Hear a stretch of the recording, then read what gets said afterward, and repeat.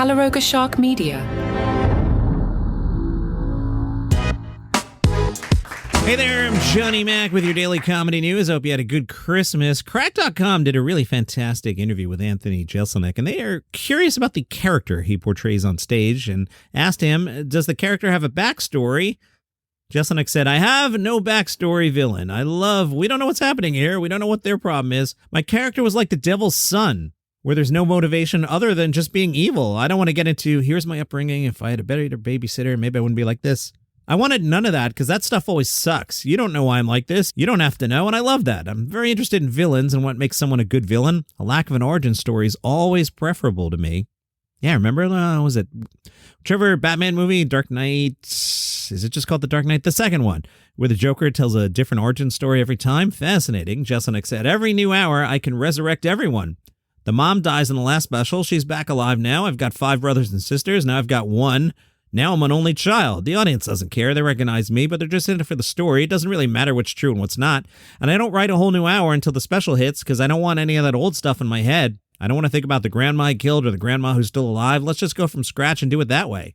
Cracked again doing a great job. Asked him, are there any parts of you that are actually hidden in the jokes? Are we hearing about your personal life? Jeselnik said, not at all, really. Maybe in terms of my morality, I think you can probably get a sense of what I think about the trans issue. I think you get a sense of what I think about pro-choice or pro-life. I think you can get a sense of what I think about cancel culture, but otherwise, no. It's not like I feel like I need to hide something. If you listen to my podcast, you get all that stuff. So there are fans with different levels. Oh, I want to know him.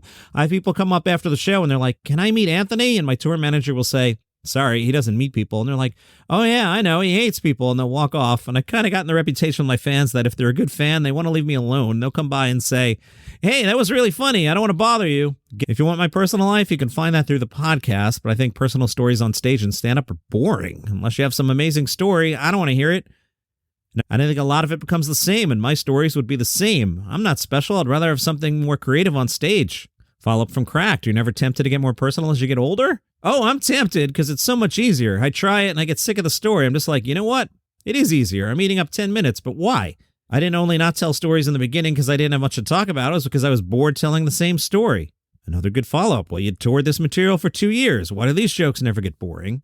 I gotta think it's because they're short. The jokes are very short, and the payoff, it's not just the payoff for the audience, it's the payoff for me. I like those laughs. I like those bursts of energy. If I'm telling a story, it's not like I'm bombing, but it's just that there's 5 minutes without a laugh. I start to feel anxious, and I don't like feeling anxious. I don't want that. I want to have those hits, which is why the stories that I do have are just joke, because I don't want to have that explanation period. And even if the audience is locked in on a long story, we love this and we're just focused on you, I'm not comfortable. I'd rather have the laughs. Maybe at some point I come up with a story that I enjoy enough that I'll be like that, but I've tried it. I understand why people want it from me, but I also understand why it's better that I don't do it. There's plenty of people who do. Texas Standard spoke to Sheng Wang, one of my faves. He said, as a toddler, I had a reputation for slamming my head into the ground when things didn't go my way. I think that explains everything up until now.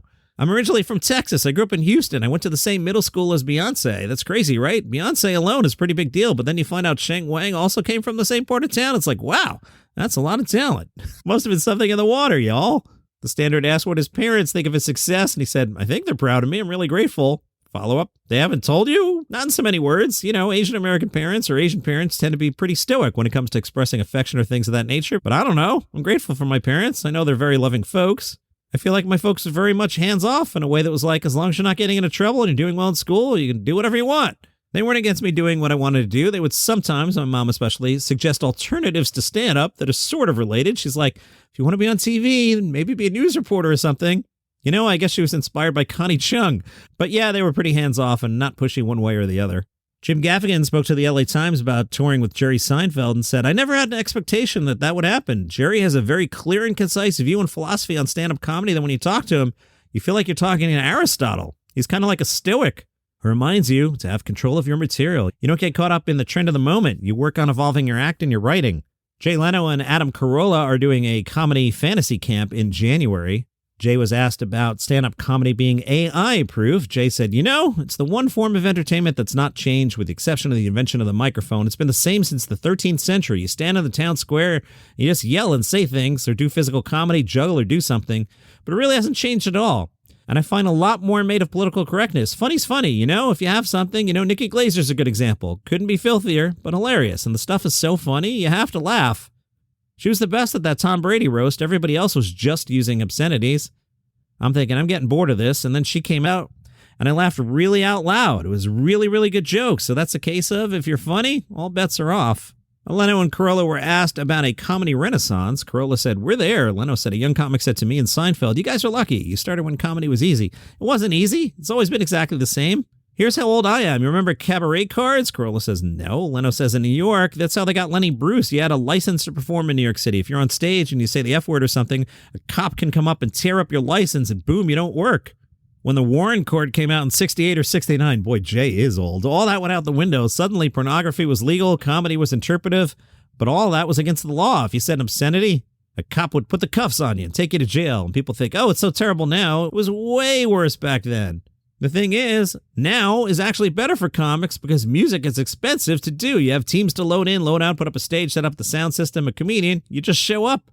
Carolla said, every time I play a theater and see the posters, like Santana was here 8 years ago and the percussion section is 14 dudes, and you look at it and you go, well, I just sold out a show and they sold out a show. How is this working here? The thing that's funny, though, is that the theater wants to know if you want to come by that afternoon for a mic check like you're in Santana. New topic, Leno said, people say to me, oh, I bet you wish you were doing The Tonight Show when Trump was president. No, I don't, because when you really don't like a guy, it's worse. I had a fondness for Bush. He then pantomimed set up for a joke. I don't think President Bush quite understands. And people would giggle and laugh. But if I really hated him, I mean, you see how polarizing he gets now. I sort of blame Trump for all that.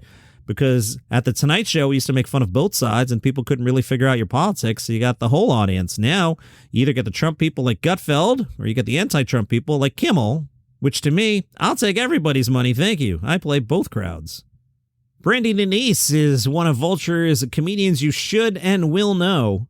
Vulture asked Brandy Denise how you ended up becoming a comedian. Brandy said, growing up, I discovered some of Adam Sandler's old comedy songs. Brandy said, I never knew I was listening to a form of comedy, but I love them. Yeah, right. She's saying it right there. She was listening to it and not realizing it was comedy because they're terrible. I remember after that, I kept a notebook where I began to write my own comedy parodies. I think it was then when I first began my journey with enjoying being funny. Whose career would you like to follow? Wanda Sykes. She's had her own TV shows. She's hosted. She pushes out banging specials. And Adam Sandler, he does what he wants. He's transitioned from comedy to drama effortlessly and works with his friends. That's the goal with my people.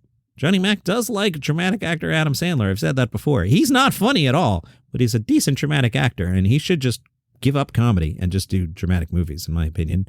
Biggest financial hurdle you've encountered since being a comedian?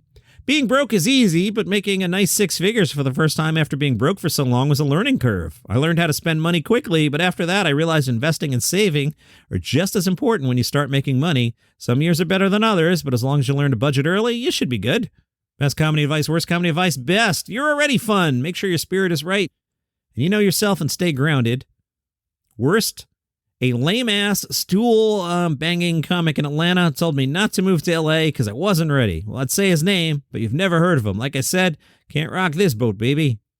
I do what I want is tattooed on the back of my neck, and I mean that in the most disrespectful way possible. And that is your comedy news for today. If you enjoy the program, tell a friend about it too. If you'd like the show without commercial interruption, click the link in the show notes, and I'll see you tomorrow.